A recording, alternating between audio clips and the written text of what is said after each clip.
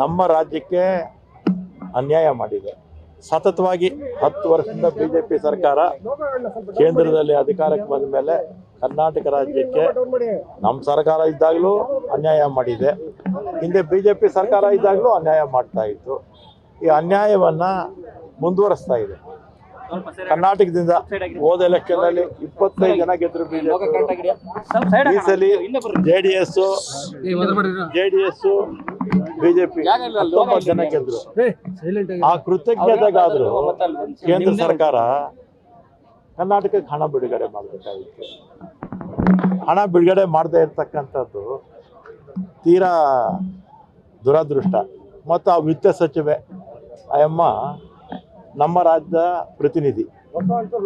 ಅವ್ರು ಯಾವುದೇ ರಾಜ್ಯವ್ರು ಇರ್ಬೋದು, ಆದರೆ ನಮ್ಮ ರಾಜ್ಯದಿಂದ ಅವ್ರು ರಾಜ್ಯಸಭೆಗೆ ಹೋಗಿದ್ದಾರೆ. ಆ ಕೃತಜ್ಞತೆನೇ ಇಲ್ಲ ಅವ್ರಿಗೆ. ಮತ್ತು ನಮ್ಮ ಎಂ ಪಿಗಳು 19 ಜನ ಗೆದ್ದೋಗಿದಾರಲ್ಲ, ಇವರು ಕೂಡ ಯಾರು ಕೂಡ ಮೋದಿಯವ್ರ ಮುಂದೆ ನಿಂತು ಮಾತಾಡೋ ಅಂಥ ಶಕ್ತಿ ಕೂಡ ಇಲ್ಲ. ನಮ್ಮ ರಾಜ್ಯಕ್ಕೆ ಅನ್ಯಾಯ ಆಗ್ತಾ ಇದ್ರು ಕೂಡ ಕಣ್ಣು ಮುಚ್ಕೊಂಡು ಕೂತಿದ್ದಾರೆ. ಪಾರ್ಲಿಮೆಂಟ್ಗೆ ಹೋಗ್ತಾರೆ, ದೂರದಿಂದ ನಮ್ಮ ಮೋದಿಯವರೆಲ್ಲ ಕಾಣಿಸಿದ್ರೆ ಅವ್ರು ನಮಸ್ಕಾರ ಹಾಕ್ಬಿಟ್ಟು ಬರ್ತಾರೆ ಅಷ್ಟೇ. ಅಷ್ಟು ಬಿಟ್ಟರೆ ಇವರಿಂದ ಏನು ಆಗ್ತಾ ಇಲ್ಲ. ಸರ್, ಸಂಸತ್ತಲ್ಲಿ ಈಗ ವಾಲ್ಮೀಕಿ ಪ್ರಕರಣ, ಮೂಢ ಪ್ರಕರಣ ಇಟ್ಕೊಂಡು ಪ್ರತಿಭಟನೆ ಮಾಡ್ತಿದ್ದಾರೆ ಬಿಜೆಪಿ ಜೆಡಿಎಸ್ ಅವರು. ಮಾಡಲಿ, ಮೂಢ ಪ್ರಕರಣನೂ ಮಾಡಲಿ, ವಾಲ್ಮೀಕಿನೂ ಮಾಡಲಿ. ರಾಜ್ಯಕ್ಕೆ ಅನ್ಯಾಯ ಆಗಿದ್ರ ಬಗ್ಗೆ ಮಾತಾಡ್ಬೇಕಾಗಿತ್ತಲ್ಲ. ಅವರು ಏನು ಬಾಯಿಗೇನು ಪ್ಲಾಸ್ಟ್ ಹಾಕೊಂಡಿದ್ದಾರೆ ಅವರು? 19 ಜನ ಗೆದ್ದೋದ್ರಲ್ಲ, ಏನಕ್ಕೆ ನೀವು ಅಲ್ಲಿ ಹೋಗ್ಬೇಕು ಪಾರ್ಲಿಮೆಂಟಿಗೆ? ಮನೇಲಿರಿ, ರಾಜೀನಾಮೆ ಕೊಟ್ಬಿಟ್ಟು. ರಾಜ್ಯಕ್ಕೆ ಅನ್ಯಾಯ ಆಗ್ತಾ ಇದೆ, ಅದು ಮಾತಾಡೋದು ಬಿಟ್ಬಿಟ್ಟು ಅದು ಇದು ಕೆಲಸಕ್ಕೆ ಬರೋದನ್ನ ಮಾತಾಡ್ತಿರೋದೆ ಅಲ್ಲಿ ದೆಹಲಿನಲ್ಲಿ ಹೋಗ್ಬಿಟ್ಟು. ರಾಜ್ಯದ ಜನತೆ ಇಂಥವ್ರನ್ನ ಆರಿಸಿ ಕಳಿಸಿದ್ದಕ್ಕೆ ಅವರೇ ತಲೆ ತಗ್ಸುವಂತಾಗಿದೆ ಇವತ್ತು. ಕುಮಾರಸ್ವಾಮಿ ಅವರು ಅತಿವೃಷ್ಟಿ ಪ್ರದೇಶಗಳಿಗೆ ಭೇಟಿ ಕೊಡ್ತಾರೆ, ಸರ್ಕಾರದವರು ತಡವಾಗಿ ಹೋಗ್ತಾರೆ. ಈಗ ಸರ್ಕಾರ ಏನು ಚೀಫ್ ಮಿನಿಸ್ಟರ್ ಹೋದ್ರೇನೆ ಸರ್ಕಾರ ಅಂತಲ್ಲ. ಜಿಲ್ಲಾ ಮಂತ್ರಿಗಳಿದ್ದಾರೆ, ಅಲ್ಲಿ ಜಿಲ್ಲಾಧಿಕಾರಿಗಳು ಇರ್ತಾರೆ, ಆಮೇಲೆ ಡಿಸ್ಟ್ರಿಕ್ಟ್ ಇನ್ಚಾರ್ಜ್ ಸೆಕ್ರೆಟರೀಸ್ ಇರ್ತಾರೆ, ಅವರೆಲ್ಲ ಹೋಗಿರ್ತಾರೆ. ಅಸೆಂಬ್ಲಿ ನಡೀತಾ ಇದ್ದಿದ್ದರಿಂದ ಒಂದಿನ ಲೇಟಾಗಿ ಹೋದ್ರಷ್ಟೇ. ಅವರು ಪ್ರಚಾರಕ್ಕೆ ಹೋಗ್ತಾರೆ. ಯಾರು? ಬಿಜೆಪಿಯವರು, ಬೇರೆ ಪಕ್ಷದವರು. ನಾವು ಕೆಲಸ ಮಾಡಕ್ಕೆ ಹೋಗ್ತೀವಿ, ಅವರು ಪ್ರಚಾರಕ್ಕೇರು ಶೋ ಮಾಡ್ಕೊಂಡು ಬರ್ತಾರೆ ಅಷ್ಟೇ. ನಾನು ಹಂಗಲ್ಲ, ವಿಪಕ್ಷದವ್ರು ಅಂತ ಹೇಳ್ತಿರೋದು. ನಾನು ಯಾರ ಹೆಸರು ಹೇಳೋದಿಲ್ಲ, ನಾನು ಹೆಸರು ಇಟ್ಟು ನಾನು ಮಾತಾಡೋದಿಲ್ಲ.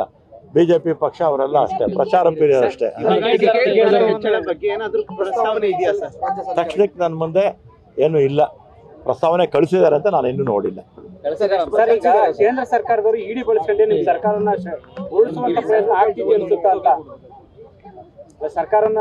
ಈಗ ಇಡಿ ಬಳಸ್ಕೊಂಡು, IT ಬಳಸ್ಕೊಂಡು, CBI ಬಳಸ್ಕೊಂಡು ದೇಶದಲ್ಲಿ 10 ವರ್ಷದಿಂದ ಬಿಜೆಪಿ ಸರ್ಕಾರ, ವಿಪಕ್ಷಗಳ ಸರ್ಕಾರಗಳನ್ನ ಕೆಡುವುದೇ ಕೆಲಸ ಅವರಿಗೆ.